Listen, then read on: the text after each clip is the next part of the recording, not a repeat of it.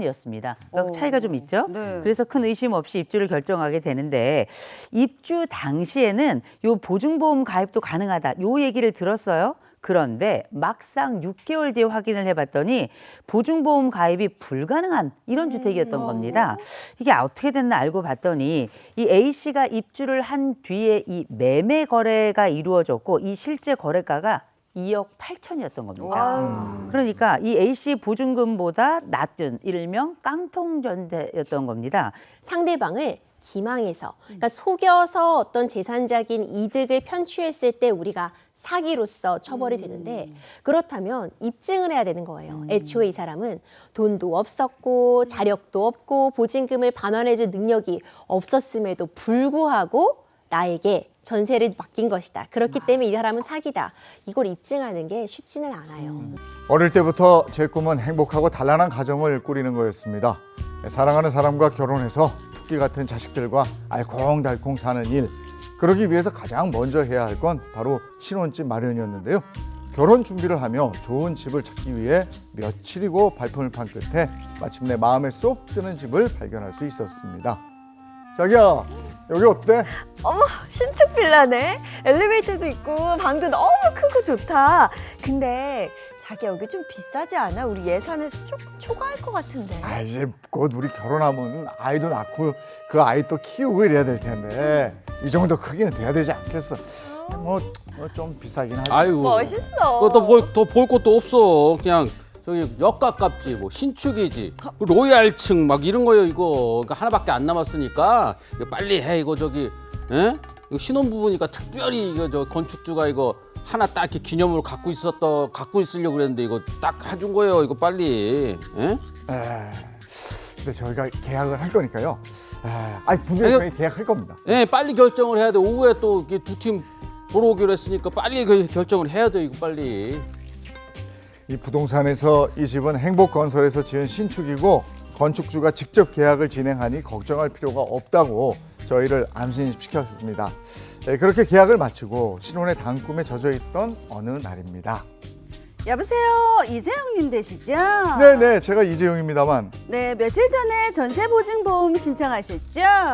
죄송하지만 보험이 거절됐다고 연락드렸습니다. 네? 아니 보험이 거절되다니요? 그게 무슨 말씀이세요?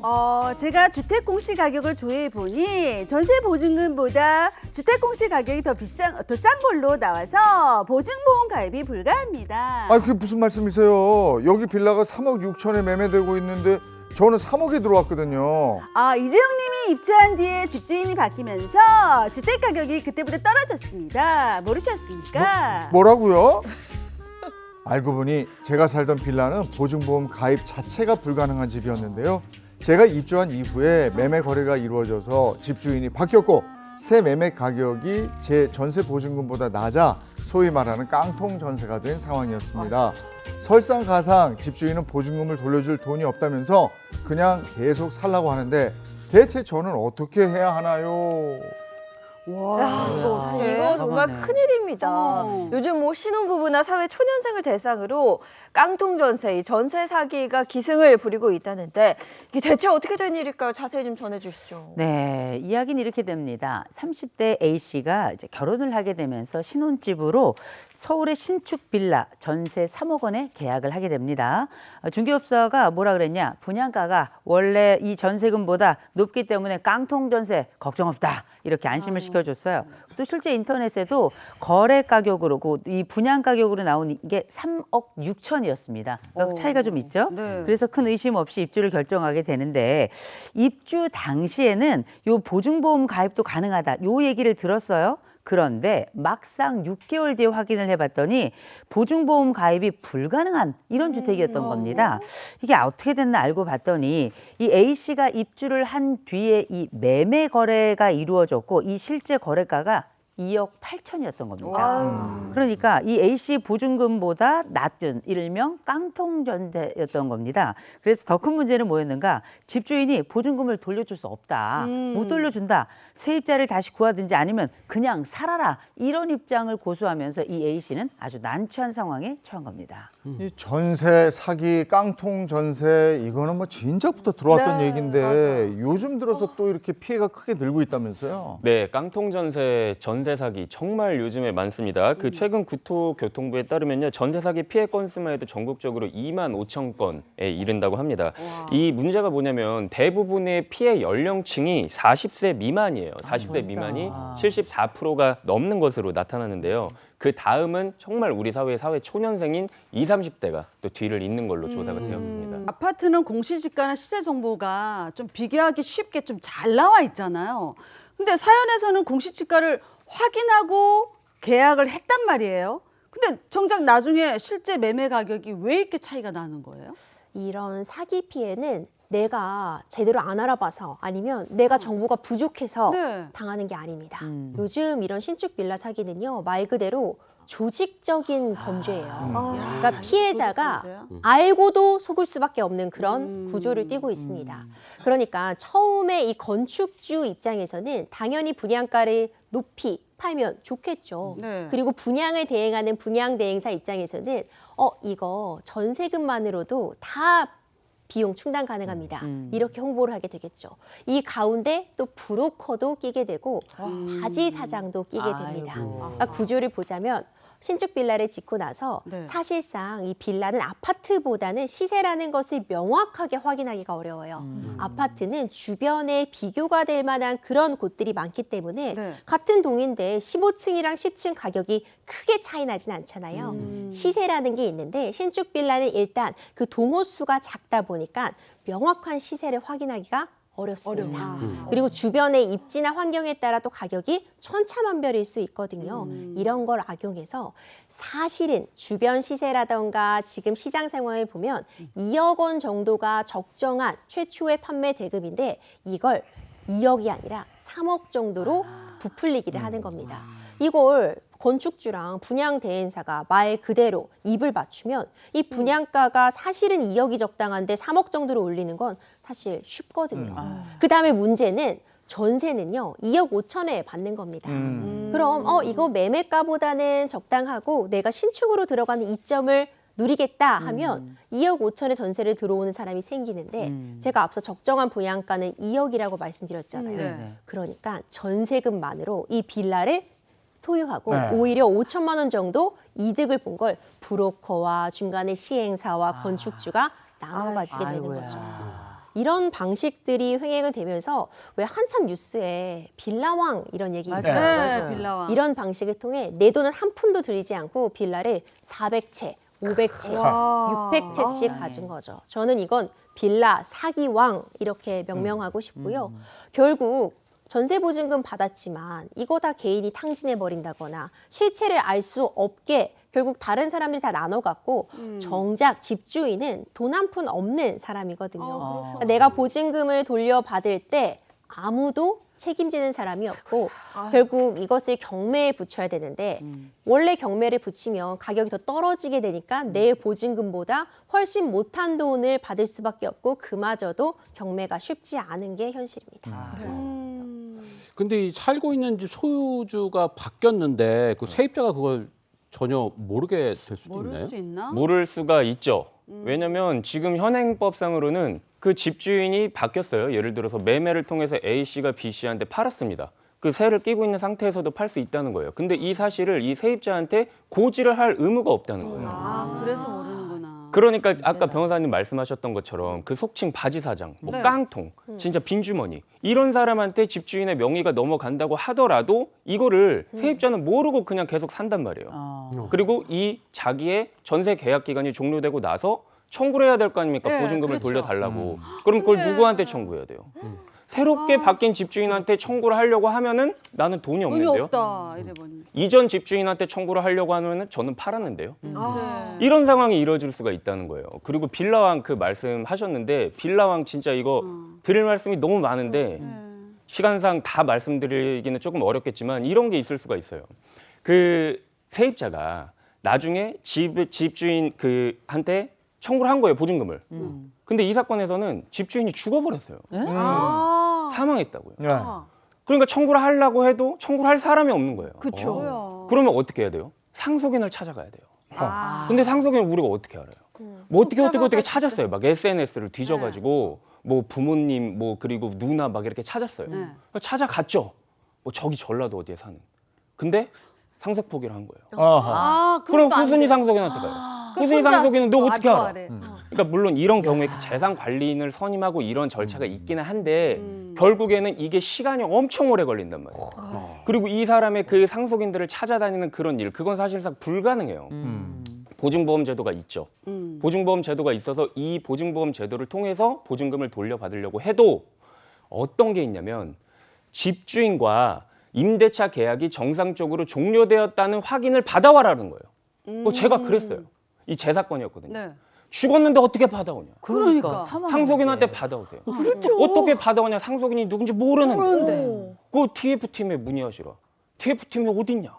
나한테 데리고 와라. 내가 물어보게. 이런 상황이 있었거든요. 이게 진짜로 너무너무 심각한 사회적 문제예요. 이게 집주인이 바뀌어도 알 수도 없고 그래서 그래도 다행인 사실은 이런 게 너무 사회적으로 문제가 크게 되다 보니까 국회에서 움직였습니다. 네. 국회에서 움직여서 아까 말씀드렸던 거는 현재까지는 이 집주인이 바뀌더라도 이거를 임차인이 알 수가 없다고 했잖아요.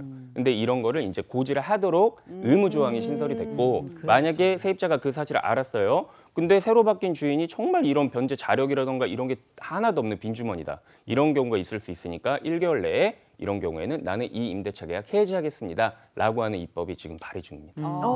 이제라도 이런 보호 장치들이 마련돼 가고 있으니까 그거는 참 다행인데 맞아. 또 하나가 우리가 늘 지적하는 것이 이런 사기 범죄의 피해자들은 정말 피눈물을 흘리는데 이 사기를 친 인간들, 이 인간들을 솜방망이 처벌하고 그리고 나는 지금 피눈물 흘리는 상태에서 잠깐 들어갔다가 나오면 떵떵거리고 살고 있는 모습을 그게 너무 보면서 억울해. 얼마나 상실감을 느끼는지 모른다 이런 건데 왜 이렇게 약하게 주는지 모르겠어요, 벌을. 맞습니다. 앞서 강서신 변호사가 열변을 토했잖아요. 이거 전세 사기, 깡통 전세 너무 나쁘다. 어떻게 알아요? 근데 그럴만해요. 제가 이런 사건들 정말 분개하는 이유는요. 보통 피해 금액이요. 사회 초년생들이 처음으로 정말 큰 돈을 모으고 대출까지 끌어와서 2억 정도 보증금을 마련했을 때 벌어져요.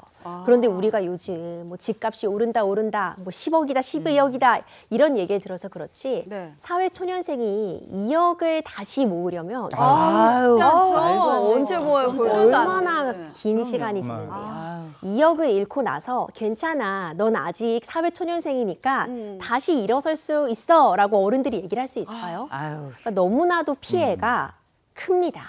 그런데 문제는 2억, 3억이라는 돈은 정말 큰 돈인데 네. 생각만큼 우리 법은 이걸 다스리는 데 있어서 한계가 있다는 점이죠.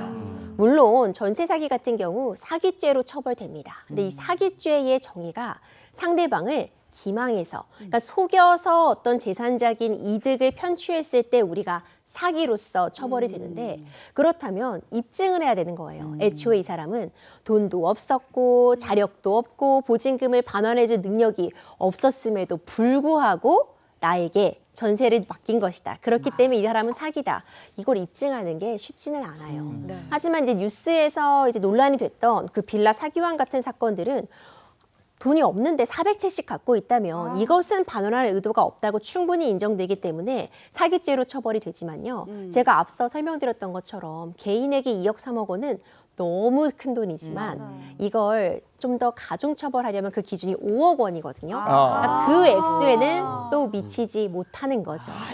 이제 이런 일들이 더해지면서 최근에 이슈가 됐던 사례들, 그래서 어느 정도 처벌을 받았냐 보면 400채씩 빌라 갖고 있어서 전세 보증금 반환 못했을 때 네. 10년 정도 내려집니다. 아. 10년 뭐 중형이라고 볼 수 있어요. 하지만 이 피해자들의 피눈물에 비하면 그래. 아이, 그럼요. 결코 무거운 처벌이라고 할 수 없고요. 네. 이 10년 형사처벌은 형사처벌이고 돈을 돌려받아야 되는데 그렇죠. 뭐 나라에서 먼저 이런 부분 뭐 배상을 하고 여러 가지 제도를 하고 있지만 그 피해액을 모두 돌려받는 데는 사실 어려움이 큰 것이 현실이어서 솜방망이 처벌 계속해서 문제가 되고 있고 이걸 심지어 판단을 내리는 판사들도요.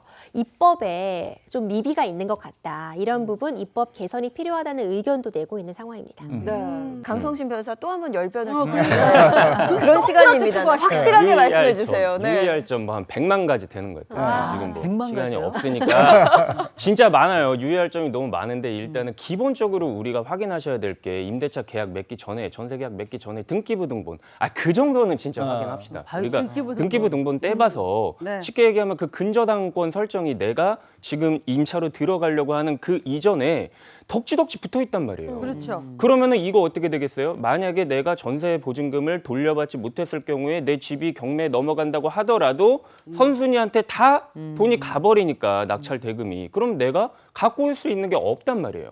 그러니까 이런 정도는 우리가 미리 확인을 해볼 수 있지 않느냐. 그래서 등기부등본 확인하셔가지고 그 집주인의 채무 상황을 좀 확인을 하셨으면 좋겠고 깡통 전세를 유의하시란 말씀입니다. 그리고 그 계약 전에 주변 시세 같은 거, 물론 빌라 같은 경우에는 시세를 알아보기 좀 어려울 수도 있어요.